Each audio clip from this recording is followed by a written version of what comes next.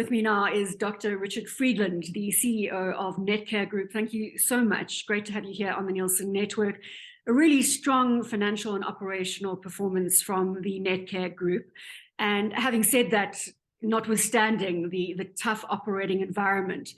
But Richard, in terms of your verbiage, certainly it felt as though the situation was in control, whereas a number of the results that I've had the opportunity of interviewing the CEOs for at the moment, there's really a sense of despair. I don't pick that up in Netcare's outlook.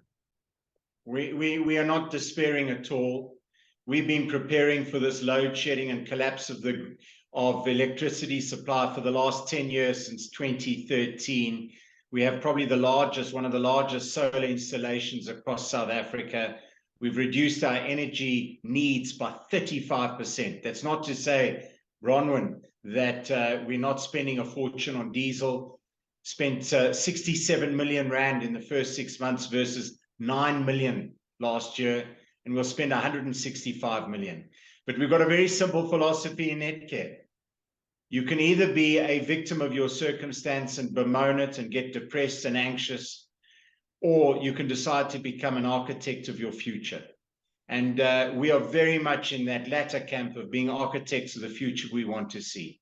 So I can't pretend to be fully in control, but we're moving ahead with our strategy, with everything we're doing, despite and in spite of the lack of ability of government to deliver on anything they've promised.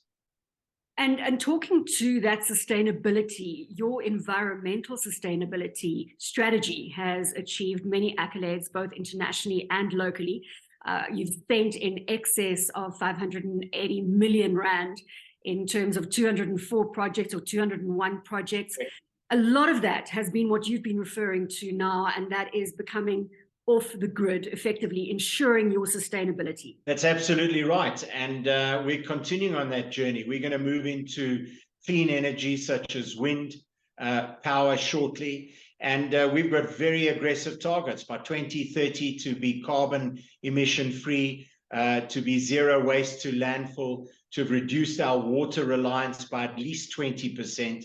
And we're going to do that in spite and despite of what's happening around us. And I think this is about a message to corporate South Africa to take control. Take control of your destiny and not rely on government and institutions to find those solutions. We're powerful enough to be able to find those solutions within corporate South Africa.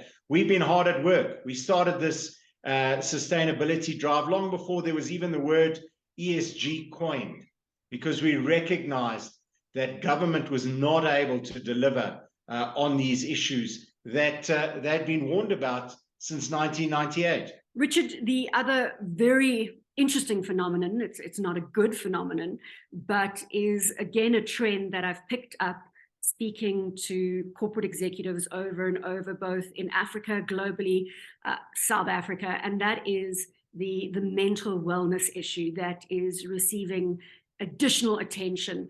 And this is definitely something that is driving growth within your fold. Look, it's unfortunately driving growth within our fold. And I think we've got 200 beds coming on in the Akeso pipeline, which is our mental health issue. But Bronwyn, to be perfectly honest, we're just scratching at the surface. The level of anxiety, the level of psychosocial stress within the South African population, within our communities, is enormous. And it all plays out and manifests in our physical well-being and not just our mental well-being. And no one is immune to this. No one is Teflon coated that what is happening in our society, what is happening globally, is not impacting on them. And so mental health care should be at the forefront of everything we're doing in health. And it plays a big role in the kind of health we're seeing manifest at a physical level as well. Dr. Richard Friedland, the CEO of the Netcare Group, thank you for your leadership and thank you for joining us here on the Nielsen Network.